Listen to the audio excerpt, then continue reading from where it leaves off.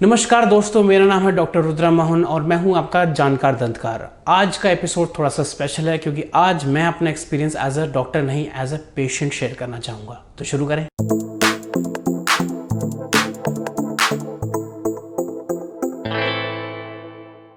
तो दोस्तों, ऐसा हुआ कि मैं काफ़ी सालों से अपनी ओरल हाइजीन पे काफ़ी कॉन्सेंट्रेट कर रहा हूँ, लेकिन मैं आपको बताना चाहता हूँ you can never be too careful.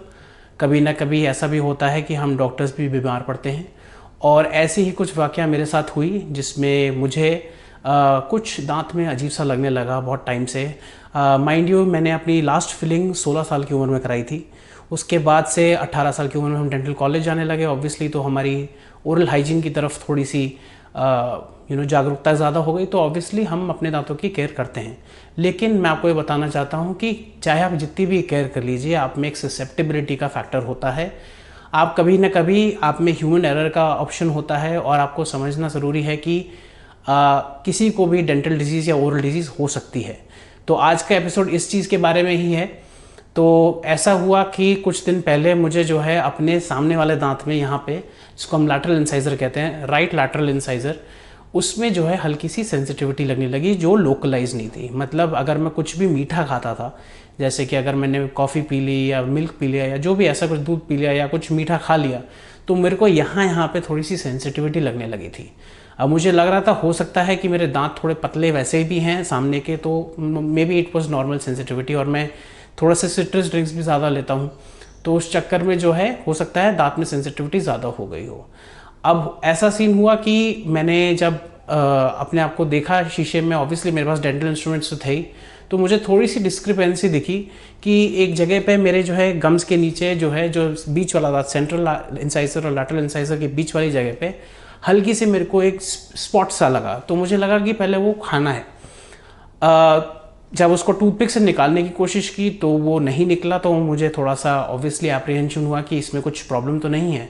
So I had my instruments at that point of time, और ऑब्वियसली एक सेंस ऑफ क्यूरियोसिटी भी होती है एज अ डेंटिस्ट।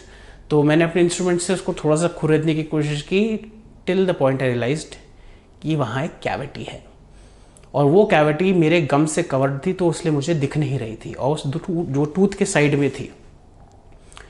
तो ये सेंसिटिविटी थोड़े पीरियड तक मेरे को चल रही थी, 2-3 महीने से हो रही थी, बट ऐसे थे कि जैसे आपको नॉर्मल आइसक्रीम से ब्रेन फ्रीज वाली होती है।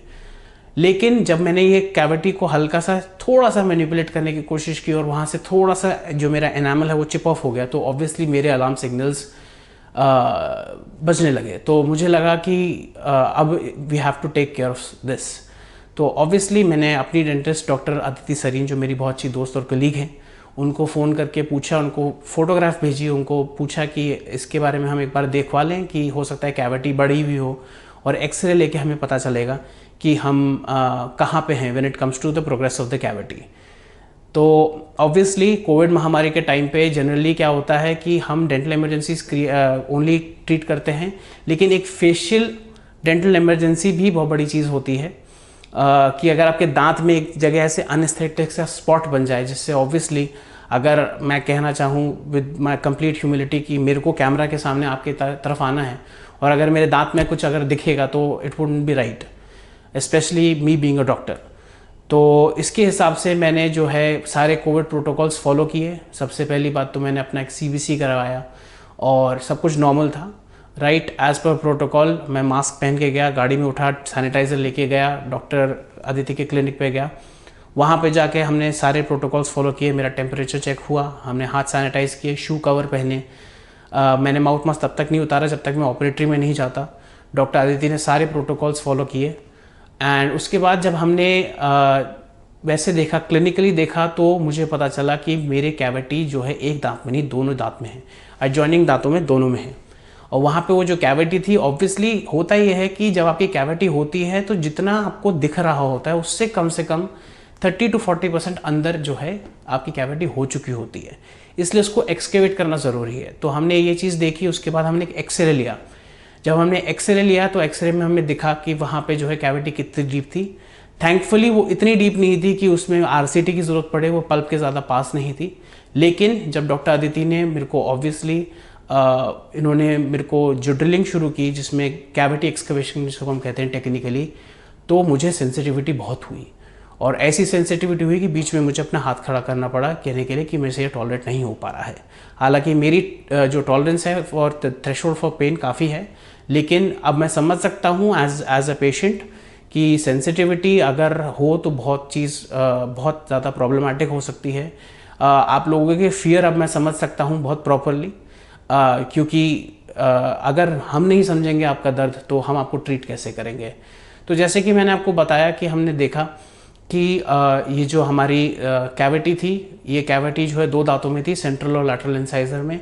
इसको डॉक्टर साहब ने एक्सकवेट किया, उसकी प्रॉपर शेप की, जितना डीके था वो सब निकाला, और उसके बाद हमने जो है हर स्टेप के बाद एक्सरे देखने के लिए देखा और क्लिनिकली देखा कि हमारे पास कितनी कैविटी हमारी डीके निकल चुका है। उसके बाद उन्होंने फिलिंग की, जिसको हम कहते हैं टूथ कलर्ड फिलिंग या कॉम्पोजिट्स।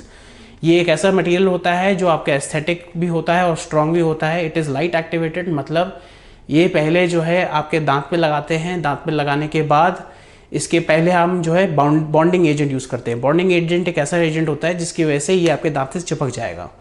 उसको पहले हम लाइट से क्योर करते हैं, लाइट क्योर करने के बाद हम कॉम्पोजिट को लेयर बाय लेयर इंक्रीमेंट्स में लगाते हैं, एंड उसके बाद उसकी हम पॉलिशिंग करते हैं ताकि आपके एस्थेटिक जोन में आपके फिलिंग ठीक हो जाए। तो ये एक्सपीरियंस मेरे लिए बहुत ही अनोखा था, क्योंकि मैंने 16 साल की उम्र में भी ये करवाया था और मेरे को उस टाइम पे सेंसिटिविटी हुई थी। उस टाइम पे मैंने यहाँ पे नीचे वाले दांत में हुई थी, बट मैंने खुद एक्सपेक्ट नहीं किया था एज अ पेरियोडोंटिस्ट कि ऐसी कैविटी मेरे दांतों में हो सकती है।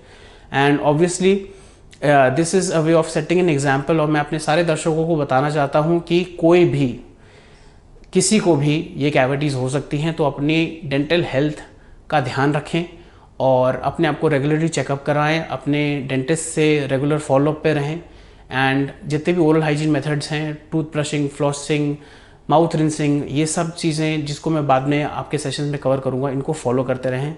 तो ये एक हार्टफेल्ट थैंक यू था डॉक्टर अदिति को और आप सबको, और आपको बताने के लिए कि हर किसी को भी जो है डेंटल डीके हो सकता है।